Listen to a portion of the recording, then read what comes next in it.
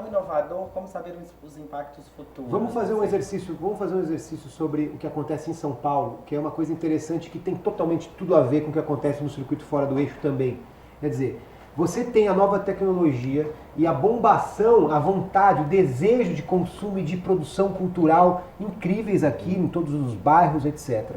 Essa tecnologia possibilita que todos os empreendedores que queiram, por exemplo, criar uma casa de show, ela tire do budget, tire do orçamento inicial tudo que ele ia gastar em comunicação, que seria uma fortuna, ele jamais conseguiria criar essa casa de show, mas ele cria a casa de show. Essa tecnologia propicia a divulgação e a formação de público para essa casa de show, para novos artistas que estão formando. Esses novos artistas conseguem, através da formação de público, criar uma coisa que é inédita na música, que é viver de música sem precisar estar numa gravadora.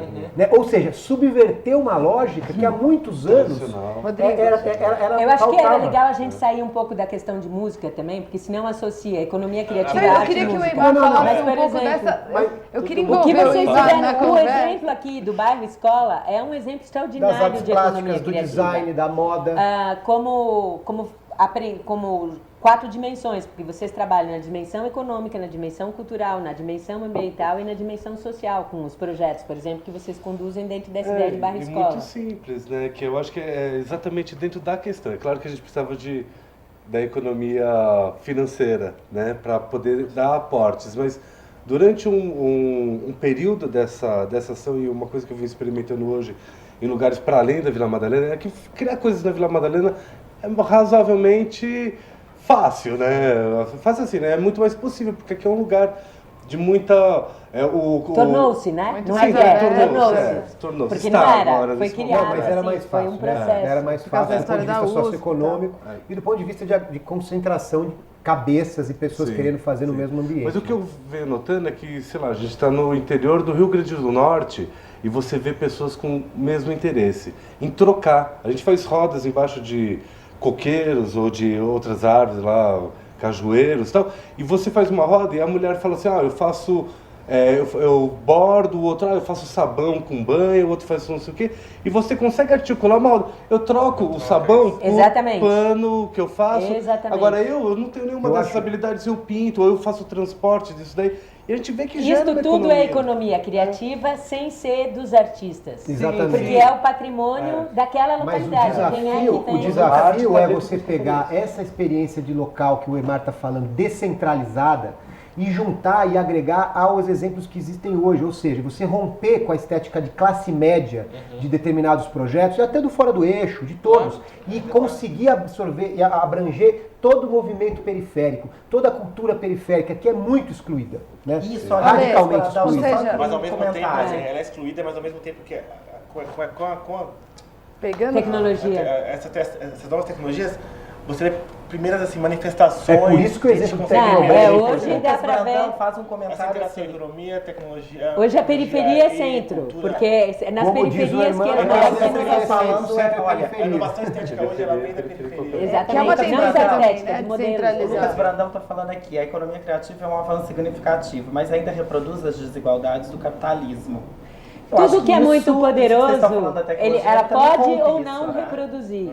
Olha, a experiência Porque que a gente isso tem não no é Overmundo, dela, depende de como você usa. O site Overmundo, que é um site que foi criado para difusão cultural, né? E aí de diversas expressões, de diversas experiências, é muito impressionante a quantidade de conteúdo que se gera e que se tem e que está necessitando de circuitos para se mostrar e aparecer por aí, que vem das mais remotas periferias. Isso mostra a densidade da produção cultural e a qualidade da produção cultural. O que acontece hoje em dia é que a maioria das vezes a gente tem uma espécie de mania, uma péssima mania dos gestores culturais, dos gestores de políticas públicas, independentemente de ser culturais de qualquer área, de qualificar o que é boa cultura e o que é ruim, péssima cultura. Eymar, a gente tinha isso desde aquela época que a gente trabalhava aqui, quando as pessoas não acreditavam que o grafite tinha potencial. Hoje a gente vê o que aconteceu. Mas esse grande problema está em tudo quanto é lugar, né? Assim, e esse é um negócio que a gente tem que romper. Mas também a gente começa a trabalhar com outra coisa, que não é só mais pensar nessas fronteiras, né, na cidade, da periferia, a gente começa a pensar numa coisa mais aberta, descentralizar essa coisa, não é só a Vila Madalena que faz, e Com certeza. criar Não, outros não apenas meios. não é só, Sair como desses realmente o circuitos, mais né? interessante está fora. Agora, Realmente, mas Evitar que esses circuitos, que o senso comum seja esse. virem os novos polos ou focos de validação dessa produção. Exatamente. A exatamente. grande- É muito importante isso. Validação, é isso que eu quis dizer Agora, quando eu a disse gente- validação. Não pode. A gente vive uma Porque a situação... grande matéria-prima disso tudo é a diversidade cultural, que todo mundo acha que diversidade cultural é uma coisa exótica, assim, é uma tribo Exatamente, indígena, uma língua exatamente. morta. Não, diversidade É bonito. A questão cultural até Brasil, é variedade, É é lindo. ter todos os tipos de Exatamente. tudo. Agora, Lala, E assim, aí, a só gente- fechando como um exemplo, por exemplo, você tem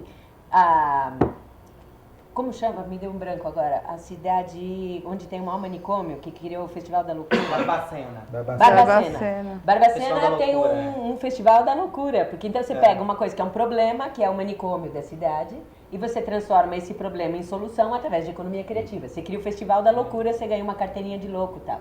Aí você tem, na Muito Paraíba, legal. você tem a Hollywood nordestina, que é um município que menos chove no Brasil inteiro, não chove nunca.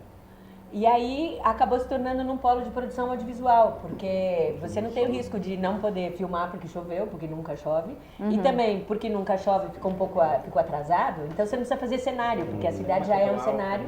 E hoje em dia a cidade vive de ser um polo audiovisual. Então, a coisa muito interessante da economia criativa, a partir da ideia da economia de nicho, da economia da diversidade, é que se cada um tiver uma coisa onde ele é único e especial, ele vai poder viver desta coisa única e especial. Seja ele um grupo, um coletivo ou uma Deixa cidade. eu falar uma coisa, às vezes a gente fica muito, eu concordo com tudo e assino embaixo.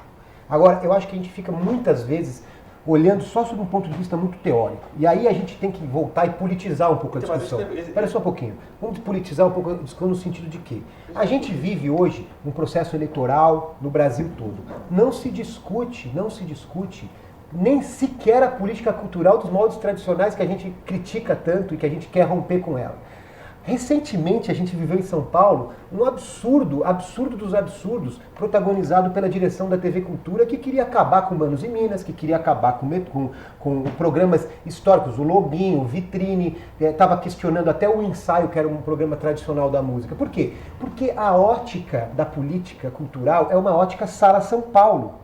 Assim, até quando a gente vai ficar Não, com essa porque ótica? também não são gestores Que são gestores do ramo, Não, né? então, A coloca-se pessoa pessoas que não são do não ramo. sabe o que fazer, Então, não é faz muito certo. importante politizar isso, porque senão a gente vai ficar discutindo, dependendo de pessoas que não são do ramo, para Rodrigo, fazer alterações necessárias. Eu acho que a gente devia Deixa eu já trazer umas pular da perguntas discussão aqui. de política cultural para já pular o século XX com suas Então, eu políticas acho que isso culturais é e uma ir para o século XXI com a economia criativa. Assim, também pensar em políticas culturais, pensar política pública para esses setores, ou esse tipo de articulação, mas ficar muito consciente de que isso não pode gerar dependência desses grupos, dessas políticas. Não, e Aí que- gera um outro também. É uma coisa muito Todo maior, pensamento né? que Muito não maior. é Eu- transversal e transdisciplinar, ele é do passado. Eu que acredito- o futuro é tudo Ó, misturado. o Então não Daniel adianta pensar. está falando, eu entendi o conceito, quais são as políticas públicas para estimular a economia criativa. O Ó, Álvaro Daniel, Silva, eu vou cara. escrever isso. A próxima Arc Design, no tema da minha matéria, vai ser esse. E eu acho que tem que falar da necessidade da gente ampliar a pesquisa. A gente tem que ter um PIB da criatividade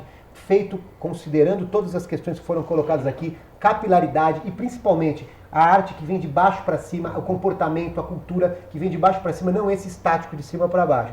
Tem que também se valorizar a arte nova, a arte contemporânea, a novidade, as expressões novas que rompem, inclusive com o próprio universo artístico, mas também estão nos consumidores, nos usuários, nos dançarinos, que a Lala falou, que vão além de quem é profissional da dança. Isso aqui, só para explicar para quem não estava na nossa conversa, a gente estava falando sobre medir economia criativa. Esse é um grande problema.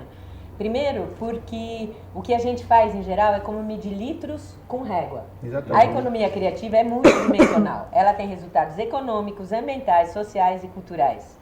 Não tem como você medir isso só numérica, quantitativamente e economicamente. Primeiro. Segundo, então já devia ter outras moedas, que não apenas... E segundo problema, a gente só sabe medir setores e não atividades. Então você vai medir o setor da dança, é desse tamanquinho. Quantos bailarinos, quantos coreógrafos, quantos professores.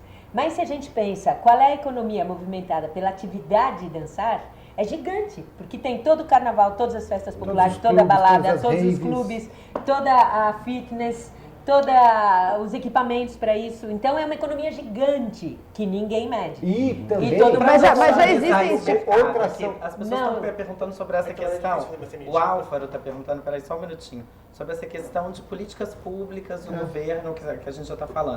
Como profissionalizar isso? Tem aqui, estão perguntando sobre o Haroldo, falou não, essa questão. primeiro- Eu acho que é uma coisa É mais muito- palpável, é né? muito Que é aquela coisa que a gente interessante essa estava. pergunta. Peraí, Ale, só um instantinho, que a gente estava conversando antes também, que é essa coisa de que existem estimativas de quanto gera na economia do Brasil, uma porcentagem, eu não me lembro agora ao certo.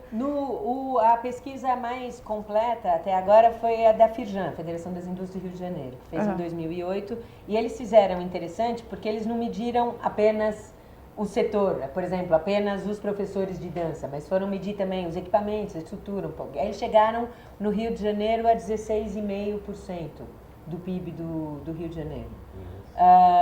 Mas é Porque muita foi uma coisa. pesquisa É com muito uma mais. ótica, mas Porque é você muito bota mais. as É muito É mais. muito Não mais. dá, assim, o potencial é que eu volto a falar, o olhar de quem define é um olhar careta, estático e preso à política do século passado. Exatamente. Isso é importante se frisar. Outra coisa que precisa ser feita a título de política pública tem a ver com o que foi falado aqui sobre a capacidade coletiva, os coletivos. O Eymar falou, todo mundo falou aqui. Você tem que valorizar todas essas atividades coletivas. Como? Fomentando ações que vão de encontro, ajudem essas coisas a crescerem e não impeçam que elas cresçam. Por exemplo, no caso do Fora do Eixo, é um exemplo. O caso das comunidades de artistas plásticos reunidos pensando no todo. O caso da Noite Paulistana, por exemplo. A noite é transformadora. O caso de culturas indígenas. O caso que das são culturas coletivos. indígenas, o caso, todos os processos coletivos espontâneos que acontecem de forma espontânea, inclusive, porque não tem ninguém que é um líder e que fala, não, a coisa É acontece. legal que não tenha mesmo. E não né? tem, ainda bem que não tem. E esse tipo de suporte, de visão, está preso a uma lógica do passado. Então, mas Esse é o teve um problema. cara que tweetou assim, que era ali, assim, o que não atrapalhar já ajuda em muito. Assim, Exatamente. Vou pegar um exemplo do barulho, que a gente, assim, o nosso coletivo ele consegue se organizar, ir pra rua, mas qual é o nosso grande problema? Não uma criminalização, mas a polícia vai sempre pra cima, porque você está fazendo barulho na rua, você não pode ocupar, existe hoje um cerceamento na ocupação dos espaços públicos em São Paulo, a gente não pode usar uma praça. Se a gente não for na prefeitura e pedir um alvará, e todo mundo sabe o trabalho que é para conseguir um alvará autorizando fazer esse tipo de Você não evento. pode usar uma praça, Se você você abre não um for um espaço grande cultural, evento, com vem muito fiscal evento. pedir propina o tempo todo, ou para vender facilidade, entendeu? É a Um rotina grupo de quem dança trabalha pequeno, com cultura Um alternativa. grupo pequeno de dança da periferia que vai lá, abre o seu galpãozinho para poder fazer, mas não tem alvará de funcionamento, e às vezes, sabe, vai fiscalização sobre a Mas você prefeitura sabe de fechar uma esses coisa? Aí locais. quando eu falei em politizar, não é porque essa história de candidatura, não. Independentemente disso, não é pelo... Eu estou vivendo esse momento de candidato, tá? Eu às vezes pode confundir uma coisa com outra. Mas assim, esse universo precisa de representação. Precisa Não se só. engajar. Precisa conseguir se conectar. precisa formar as pessoas para isso. Esses encontros que a gente faz de economia criativa com o Instituto Nacional de Moda Design, que é de São Paulo Fashion Week e do Fashion Rio, com lideranças, para tentar mostrar a importância disso. São grupos Porque a primeira coisa que precisa, para dar certo, teve essa pergunta, que políticas públicas? Por que deu certo no Reino Unido? Porque começa como uma coisa multissetorial. O primeiro-ministro junta todos os ministros, mais os criativos, etc., e diz, pensem juntos. Isso. E chega a uma ação conjunta. Enquanto estiver dentro de uma pasta, enquanto estiver na cultura, ou não sei o que, não vai para lugar nenhum. Mas enquanto não Então, existir- a primeira questão política é que precisaria existir... por que em Barcelona funcionou? Porque em Barcelona tinha um mecanismo para isso, de governança, que É isso fazia eu tô que era falando, Laura. superior... Quem Exatamente. criou esse mecanismo de governança? Quem assinou essa lei? Exatamente. Quem criou essa lei? Isso tem a ver com politização. E também uma outra coisa sobre formação é muito importante. Hoje no debate nacional sobre educação, só se fala em ensino profissionalizante. Todos os debates a gente ouve. E de profissões do E século de profissões XIX e do século XX, não passado. do Então, XXI. um dos aspectos que a gente precisa levar em consideração é a formação criativa. É a qualificação de uma série de atores, agentes e profissões para vir de encontro, para se acoplar a toda essa movimentação que a gente está falando. Isso é política pública também, como foi E perguntado. sabe de que depende a economia criativa? Assim como as telecomunicações, para avançar, precisaram de modem, que é aquilo que põe em contato várias linguagens diferentes e partes diferentes, a economia criativa depende de moldings, de conectores. Então, pessoas... Eu me considero um molden, por exemplo. Eu acho que você é um molden. Você junta universos diferentes e linguagens diferentes. Os agentes, instituições como, sei lá, o SESC, o SEBRAE, são instituições molden. Lala, E não vamos existe pegar essa formação. sua deixa pra gente poder assistir o próximo vídeo que tem exatamente a ver com isso que você está falando. Legal.